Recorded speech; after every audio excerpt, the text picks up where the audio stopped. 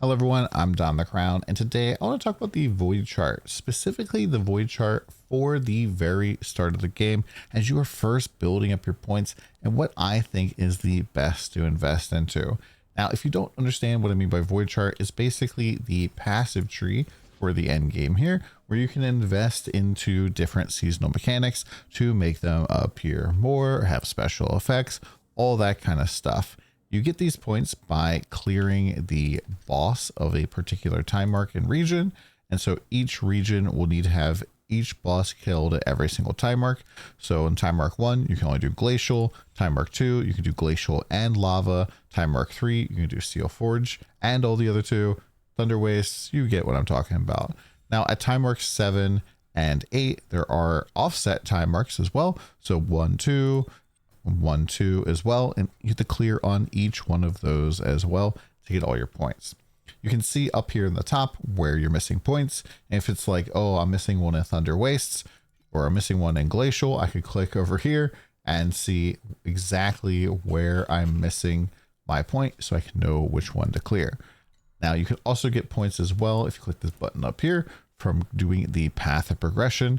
A lot of the meta finishers here will either give you a passive point, ability to get more loot, or a star talent. And these are basically the things you're going to use in your Voidchart. And there's just a whole ton of them. I think there's 20 of them in here. So it's very important that you're working on your path of progression as well. Now let's get into the actual part of the video, which is what to do with your Voidchart. I see a ton of people making one mistake, which is at the very start, you unlock legendaries and you're like, ooh, legendaries are cool. And they'll just put all of their points in this tree. And I think that is tragedy waiting to happen. Yes, maybe you'll find like one cool legendary and there's maybe a few that might sell for some decent money, but I think it is way better to just go into the commodities tree over here first. Also, a quick shout out here for the priceless gear, the gear talent tree. Definitely don't put any points in here, at least not until like maybe you're farming 8-2 or something. But the commodities tree here is just packed full of stuff. On the top little section here is all adding more monsters, which generally I don't really mess around with, especially early on. Going to the left gives you passive respecs, which you probably don't need at all. I don't think I've ever spec'd into this section here. You probably should just have some in your inventory. And then going over to here gives you energy cores, which helps give you energy in your gear. I also don't really recommend this section either. The parts that I think are super important are as follows. So I'm gonna click this little toggle thing over here so I don't have to confirm each one. But I like going and doing 3 flame sand nodes, and then I'm gonna take all of the embers. Last season, embers were very rough, but they are reducing down the costs of some of this, but it's still probably going to be kind of expensive in terms of embers in order to craft stuff. You might even get to the point where you don't even need to worry about flame sand anymore. Like once you get to like time mark 7, you probably drop this flame sand stuff, but I think that getting the embers is super important. I also like putting 4 points in here for more Netherrealm resonance. This is pretty much the like base map juice that you can go and click extra like modifiers onto maps. And this is something I don't really recommend doing until you're in time mark 7. So pretty much just like click here, click next. I can add more modifiers, which adds more drop quantity with each click. I don't necessarily click more than just one time at time mark 7, unless I have like a really good card there. But like just be able to build this up early does help out quite a bit. And you can even go all the way full if you want to. These next 2 sections I don't think are very useful right away. Winding keys, I always kind of like to put 1 point in here if I have extra points, but these are the respec points for your talent tree. But you get a ton of respec points from doing the main quest of the Netherrealm. You just have to go and click them in your commodities market or commodities inventory, and you'll be able to have access to them. And these star shard things don't really do anything for you until you're in time mark 7. So the last 4 points here I'm going to recommend in the commodities tree is to going and taking these treasure chests. There's like, even though 6 points here, sometimes I'll go all the way down. These treasure chests can give you some good flame elementium drops, some other good legendary drops. Most specifically, it drops a really good amulet, which is called False God's Skin. And this is a really interesting amulet because it will have random stat modifiers on here. and you can get like multiple of the same one. So if I go here to the search and I go to like dexterity, I can see that like I can look for ones that have 2 dexterity per levels. And so if I'm looking for one that like maybe has 3 of these, some of these are going to be really rather expensive.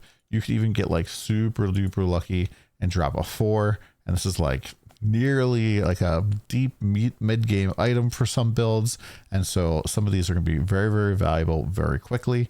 And also typically this just tends to be good. Flat stats is a big multiplier for whatever skill you're using. So definitely a good way to pick this up. Now, the next thing I'm going to recommend here is going over into the frozen canvas part of the tree. And we are not going to go up and add monsters or anything. We're just going to take these 8 points here. These pretty much give you the chance to replicate snow paper fragments.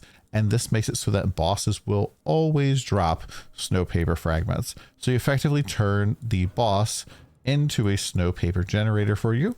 It's going to drop 2 sets of snow paper fragments. And this can be a good like little commodity for you to sell. You'll be killing a lot of bosses as you go through the time marks. And you can sell these to people who are trying to get into the canvas farming early on in the season to generate those like special supports. Canvas is where all of these supports that look like this, where they have like the stars, these only drop from that mechanic. And so people will be trying to get into that right away to make some big sales. The last thing I would kind of talk about here is the Sandlord tree. A lot of people kind of like to do Sandlord very early on, try to like get those belts, get that like passive income kind of rolling early. And I personally did this last season, and I did not really like it all that much. I felt it was okay, and I think there's gonna be I think it's actually gonna be a little bit better this season, because I think a lot of people are probably not going to do it. But I think that if you want to do some Sandlord, I'd highly recommend just putting like the first 5 points or so in here. You're gonna get basically 22% chance to have the Sandlord platform appear, which allows you to like actually generate more than enough coins. I think they know what you're gonna need in the early game. And then if you want to go focus more into Sandlord later, it'll be helpful. But I think spending like a full 15 points here is probably a waste.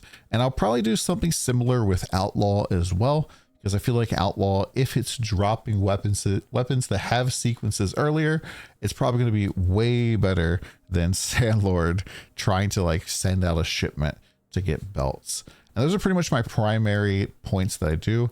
Now, the other thing that I do typically in solo self-found, because I want to try to get to Traveler 7 as fast as possible, is I just go full hog on God of War here. God of War is absolutely just bonkers. It gives you a lot of speed, a lot of projectiles, a lot of area, and just makes you get through the map faster. And realistically, you're not really going to be making all that much money, irregardless of what you do in Time Mark 7. And so going and making that section as short as possible so you can get all of your Voidchart points, you can progress up to the Traveler, is very powerful. And so going and taking all of these points up here, going and extending a little bit over here and over here, then going down for more monsters can really just make your maps like super snappy, super fast. Nothing's better than starting the map with a mechanic that literally just gives you speed and makes you go faster. It's just really good. So I highly recommend this as well. And then you can spec into some sort of farming strategy once you're in like Time Arc 8 and you actually like need to stop and make some money. But yeah, that's pretty much my recommendation for that. Hopefully this helps you out. We'll definitely be streaming for like 20 plus hours on League Launch. So if you want to go see what's been working for me, I'll let you know, and come on, hang out. We'll be playing Bing 2, just blasting everything. Always have a good one. We'll see you again soon.